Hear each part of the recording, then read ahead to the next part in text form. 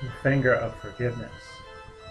The fingers are an extension of the hands, and his people are the fingers of God's hands.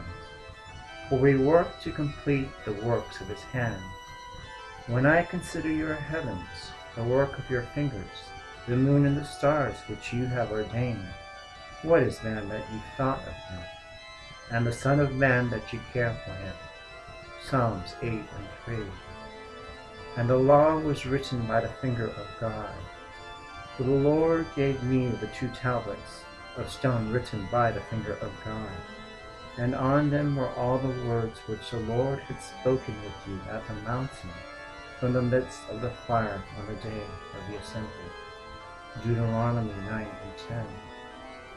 And God asked that we bind his commandments on our fingers. Bind them on your fingers, write them on the tablet of your heart. Proverbs 7:3. But God warned that man should not judge. For a worthless person, a wicked man, is the one who walks with a perverse mouth, who winks with his eyes, who signals with his feet, who points with his fingers. Proverbs 6:12. For man's sins would be forgiven by the finger of God, and the finger is one of 10 digits on man's hands. And God asked his people for just 1/10 of their possessions. For Jacob gave God 1/10 of his possessions. Genesis 28:22. And his people were commanded to give 1/10 of their possessions. Thus all the tithe of the land, of the seed of the land, or of the fruit of the tree, is the Lord's. It is holy to the Lord. If therefore a man wishes to redeem part of his tithe, he shall add it to 1/5 of it. For every 10th part of herd or flock, whatever passes under the rod, the 10th one shall be holy to the Lord. Leviticus 27:30.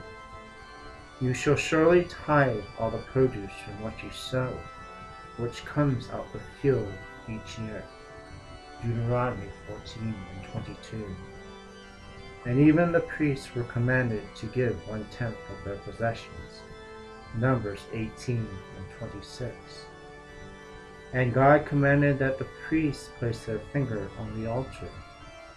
You shall take some of the blood of the bull and put it on the horns of the altar with your finger, and you shall pour out all the blood at the base of the altar. Exodus 29:12. And his priests were commanded to cleanse the unclean with their finger. Leviticus 14:15. And his priests were commanded to atone for their sins with their finger.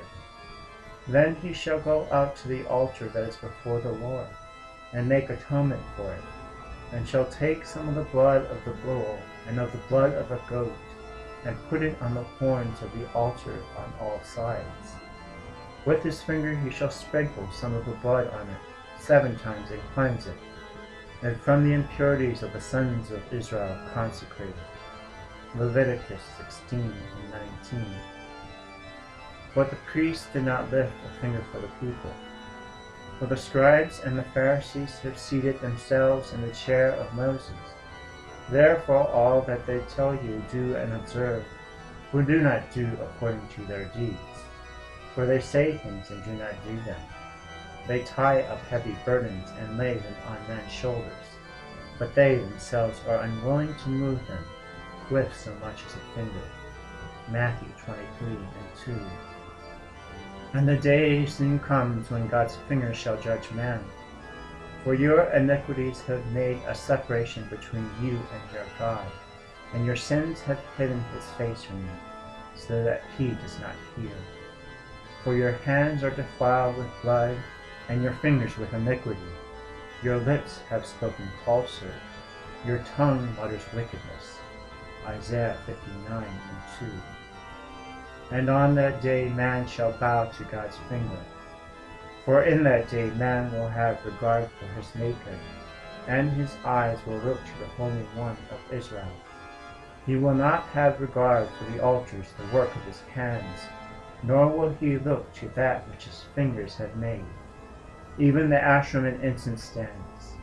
In that day their strong cities will be like forsaken places in the forest, or like branches which they abandoned before the sons of Israel, and the land will be a desolation.